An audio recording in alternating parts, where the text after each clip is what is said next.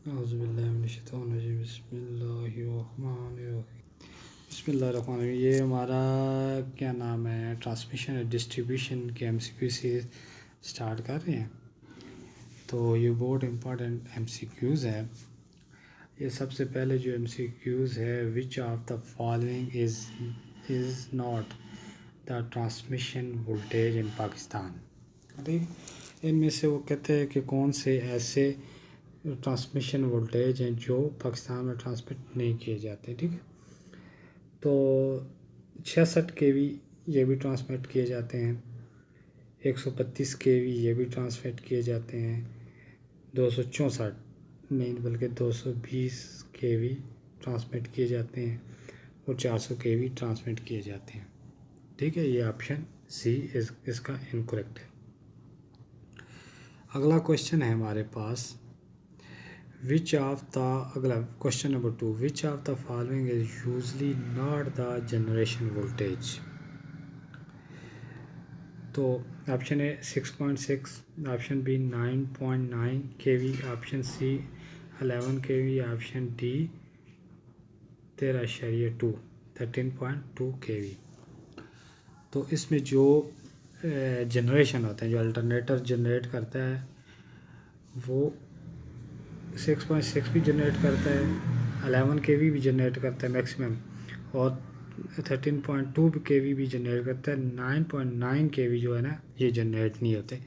Power house में जो हमारे पावर प्लांट होते हैं वहाँ पे अल्टरनेटर लगा होता है, जो 11 केवी जनरेट करता है, 6.6 केवी भी जनरेट करता है और 13.2 भी जनरेट करता है। ठीक है, फिर उसको स्टेप अप करते हैं ट्रांसफार्मर की मदद से 132 केवी में, 220 में, 400 केवी में और 500 केवी। पाकिस्तान में मैक्सिमम जो है ना 500 केवी की ट्रांसमिशन लाइन होती है। ठीक है, नेक्स्ट हमारा क्वेश्चन है, देखते हैं question number 3। Highest voltage for transmitting electrical power in Pakistan is. जो पाकिस्तान में जो है ना सबसे ज़्यादा जो है ना वो ट्रांसफ़र किए जाते हैं, ट्रांसमिशन लाइन होते हैं, वो मैक्सिमम 500 केवी है। 500 केवी की लाइन है पाकिस्तान में जो ट्रांसमिट की जाती है, लेकिन यहाँ पे 500 वाला ऑप्शन या ऑप्शन डी करेक्ट होगा, 400 केवी है। ठीक है, तो अभी देखते हैं हमारा नेक्स्ट क्वेश्चन है। Next question, which of the following is not the distribution system namely used। वो कहते हैं कि एक हमारे पास डिस्ट्रीब्यूशन सिस्टम है। अच्छा, डिस्ट्रीब्यूशन सिस्टम है जहाँ पे क्या कहते हैं डिस्ट्रीब्यूशन की जाती है। ठीक है, वहाँ पे कौन सा ऐसा नहीं है। 3 फेज़ 4 वायर सिस्टम आता है जिसमें 3 फेज़ होते हैं, आर वाई और बी और एक न्यूट्रल होती है। ठीक है, 3 फेज़ 3 वायर भी सिस्टम है जिसमें तीनों फेज़ होते हैं, जैसे इंडस्ट्री वगैरह में तीनों phase. Single phase 3 wire system ये भी होता है, लेकिन हमारे पास सिंगल फेज़ 4 वायर डिस्ट्रीब्यूशन नहीं होती। ये आंसर इनकरेक्ट है। ठीक है, नेक्स्ट क्वेश्चन देखते हैं, क्वेश्चन नंबर 5।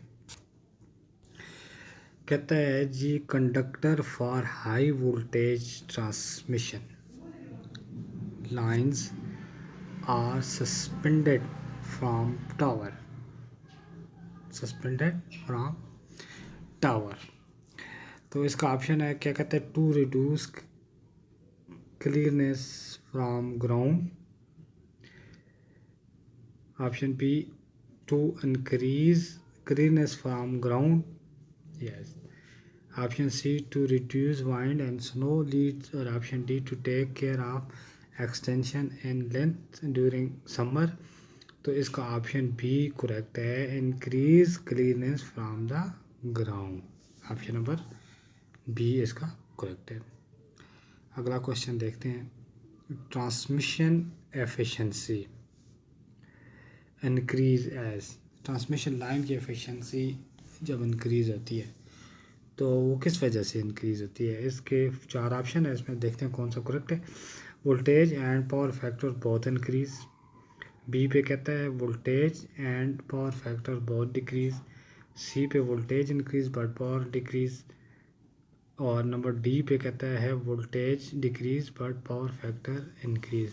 नहीं, एफिशिएंसी आपको दिखा है कि दोनों चीज़ें इंक्रीज़ होंगी, वोल्टेज और पावर फैक्टर। ऑप्शन ए इसका करेक्ट है। एफिशिएंसी इंक्रीज़ होगी तो वोल्टेज और पावर फैक्टर इंक्रीज़ होंगे तो एफिशिएंसी इंक्रीज़ होगी।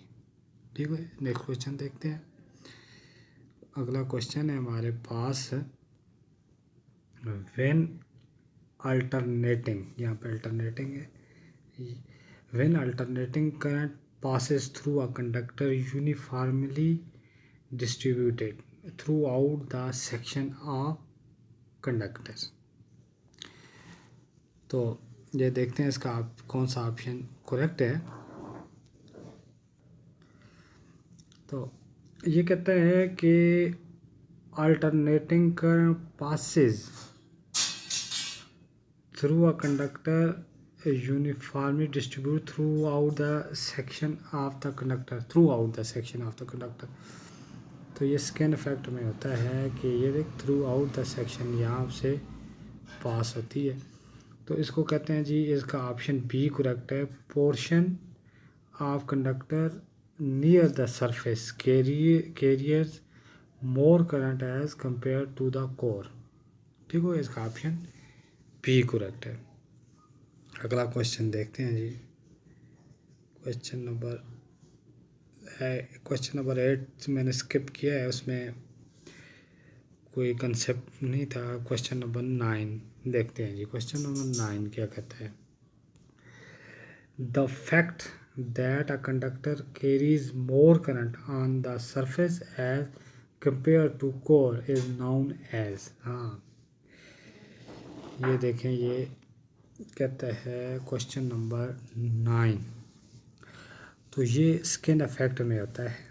ये कंडक्टर है आपका, इसको टॉप व्यू से दिखाया। वैसे कंडक्टर इस तरह होता है, लेकिन इसका जो क्रॉस सेक्शनल एरिया उसको टॉप व्यू से दिखाया है।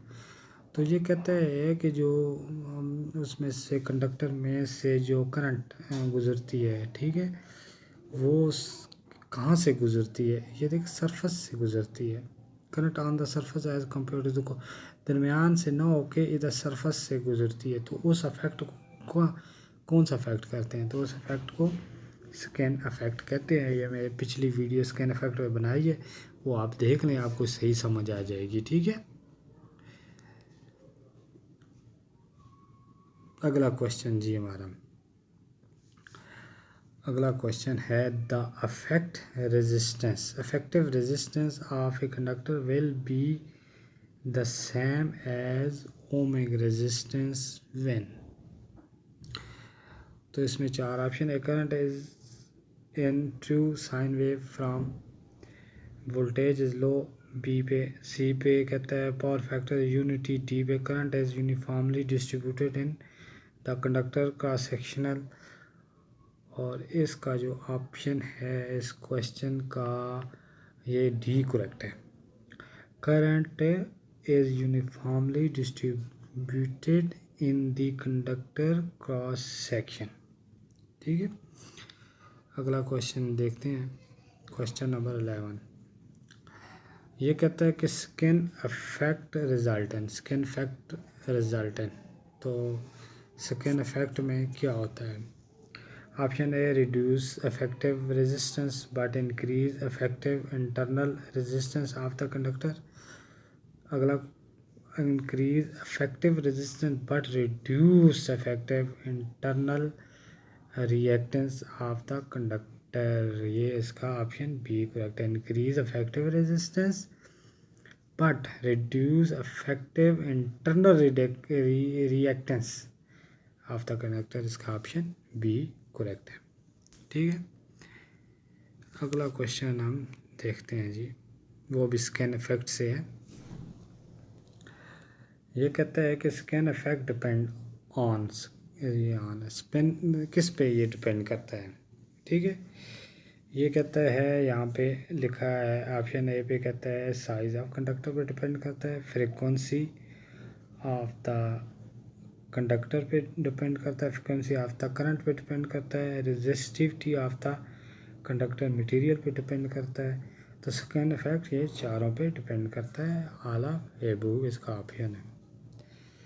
नेक्स्ट क्वेश्चन है हमारा, ये कहता है कि the skin effect of a conductor will reduce as a तो स्कैन इफेक्ट डायमीटर किस पे जो है ना, skin effect of the conductor will reduced, जब इसको कम किया जाता है स्कैन इफेक्ट तो क्या होता है? ठीक हो गया, scan effect conductor will reduced. तो ऑप्शन ए पे कहता है डायमीटर इंक्रीज होता है, फ्रीक्वेंसी इंक्रीज होती है, परमेबिलिटी ऑफ कंडक्टर मटेरियल, और नंबर डी पे कहता है resistivity of conductor material increase.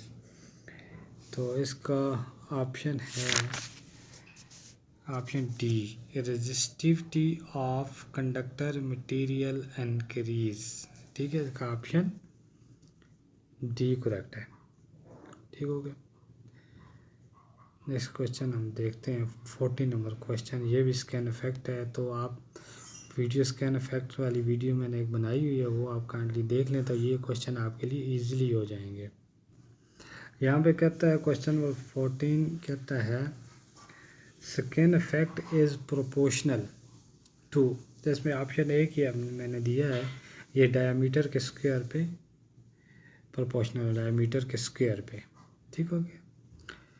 और अगला क्वेश्चन है in overhead transmission line the effect of capacitance can be neglected when the length of line is less than। तो ये जो ट्रांसमिशन लाइन पे भी एक वीडियो मैंने बनाई है, वो भी देख रहे हैं। इस 80 किलोमीटर से जो है ना कम हो गई, समझो शॉर्ट ट्रांसमिशन लाइन पे कैपेसिटेंस जो है ना वो निगलेक्टेड होती है। ठीक हो गया, शॉर्ट ट्रांसमिशन लाइन, और वो शॉर्ट ट्रांसमिशन लाइन 80 किलोमीटर होती है। लॉन्ग जो होती है, मीडियम होती है 80 to 150, मीडियम होती है 150 से अबूव जो होती है वो लॉन्ग ट्रांसमिशन लाइंस होती है। इस पर वीडियो है, वो भी काइंडली आप चेक कर लें, फिर आपको ये MCQ सही समझ आएंगे। तो अभी अगला क्वेश्चन हम देखते हैं। कहता है कि for constant voltage transmission the voltage drop is compensated by installing। तो वोल्टेज ड्रॉप होते हैं जो लाइन में, ये ट्रांसमिशन लाइन है, यहाँ पे अगर हम 11 kV देते हैं तो यहाँ पे अगर हम 10 kV हमें मिलता है तो वोल्टेज ड्रॉप होते हैं। तो इसको कम करने के लिए हम क्या इस्तेमाल करते हैं, तो ये इसके लिए हम कहते हैं सिंक्रोनस मोटर। ऑप्शन ए इसका करेक्ट है। ठीक है, नेक्स्ट क्वेश्चन हमारा 70 क्वेश्चन, ये कहता है the disadvantage of constant transmission is. तो इसका डिसएडवांटेज क्या है constant voltage transmission? Option A पे आता है short circuit current of the system increase, option B पे load power factor in heavy load, large conductor area is required for same power transmission, या D पे all of above. तो इसका option A correct है, short circuit current of the system increase. ठीक हो गया, इसका option disadvantage constant transmission line, option A correct हो गया। अगला क्वेश्चन ये पूछता है surge admittance for overhead line is taken as. तो ये सर्ज एम्बिडेंस होते हैं और लाइन में, तो वो कितने, वो 100 to 200। ऑप्शन सी सर्ज एम्बिडेंस, ये ऑप्शन सी इसका करेक्ट है। ठीक है, अगला क्वेश्चन है pin insulator are normally use up to voltage of about.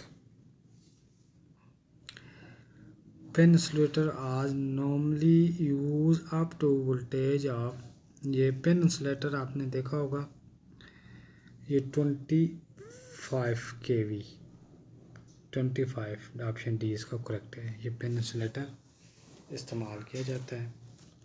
33 kV मतलब से ऊपर जो होते हैं वो डेस्क टाइप इंसुलेटर यूज़ करते हैं। और सस्पेंशन टाइप, इस पे भी वीडियो बनाई है, ये भी आप काइंडली चेक कर लें, देख लें। अच्छा जी, अगला क्वेश्चन है हमारा question number 20। Strand type insulator are used where conductor are the. तो 20 नंबर क्वेश्चन है जी हमारे पास, इसका सही ऑप्शन है जी। तो ये कहता है नंबर ए पे कहता है ऑप्शन, इसके 3 ऑप्शन है। नंबर 1 डेड, ये डेड है, डेड एंडेड पे इस्तेमाल करते हैं, यूज़ होता है, या इंटरमीडिएट एंकर टावर पे इस्तेमाल होता है। तो ये एनी अब आप दोनों में से किसी पे भी यूज़ कर सकते हैं। इसका ऑप्शन सी करेक्ट है। अगला क्वेश्चन हम देखते हैं जी। ये कहता है for 60 kV line the number of insulator disc use. तो इस पर मैंने वीडियो बनाई हुई है। तो ये 66 kV के लिए सस्पेंशन टाइप डिस्क, इस तरह इंसुलेटर सस्पेंशन डिस्क।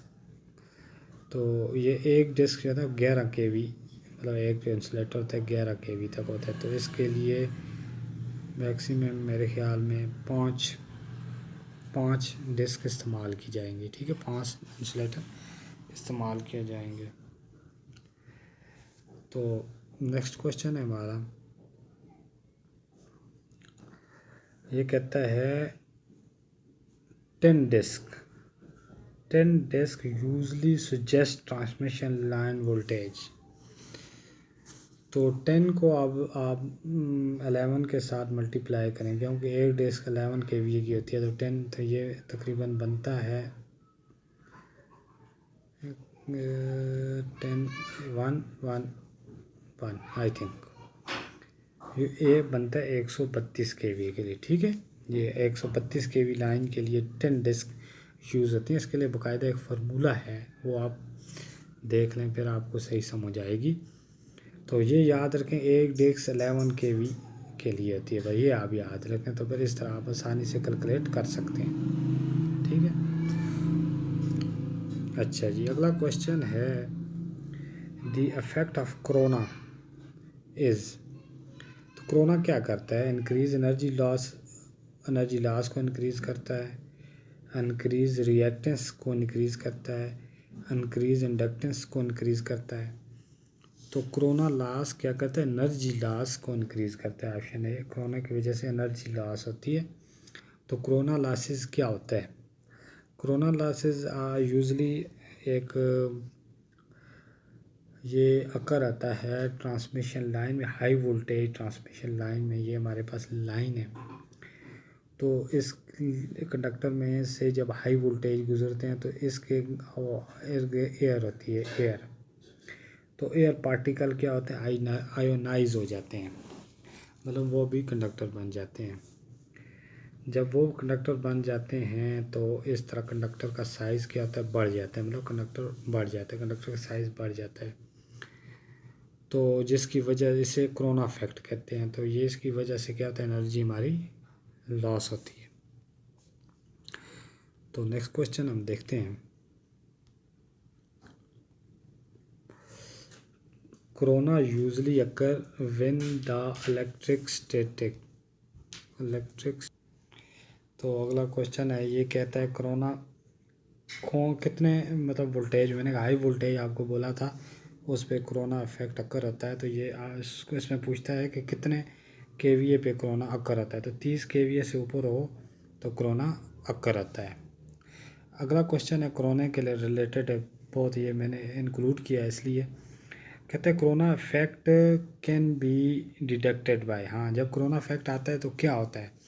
आपने देखा होगा टावर के हाउसिंग साउंड आती है जब कोरोना अकर आता है, और एक चिंगारी सी उठती है। ठीक है, इसको कहते हैं luminous low of blues colour की चिंगारी वगैरह उठती है, और ओजोन डिटेक्ट होती है। तो ये कोरोना इफेक्ट की वजह से 3 चीज़ें ट्रांसमिशन लाइन में आती हैं। ये next question 26 question, the current drawn by the line due to corona losses is. तो कोरोना की वजह से जो है ना करंट मतलब किस तरह ड्रॉन करेगी। तो साइनोसाइडल हमारी जो होती है वेव फॉर्म वो ऐसी होती है। तो कोरोना की वजह से जो है ना वो नॉन साइनोसाइडल वेव हो जाएगी। ठीक है, इस तरह ना हो के इसकी शेप ऐसे हो जाएगी, मतलब कोरोना की वजह से ऐसे शेप हो जाएगी कोरोना ट्रांसमिशन लाइन में करंट की। तो नेक्स्ट क्वेश्चन है हमारा 27। ये कहता है presence of ozone as a result of corona is harmful because. तो कोरोना मैंने आपको बताया जब आता है कंडक्टर पे तो ये एयर को आयनाइज कर जाता है। एयर के आयनाइज होने की वजह से कोरोना का जो है ना वो कंडक्टर का साइज़ बढ़ जाता है।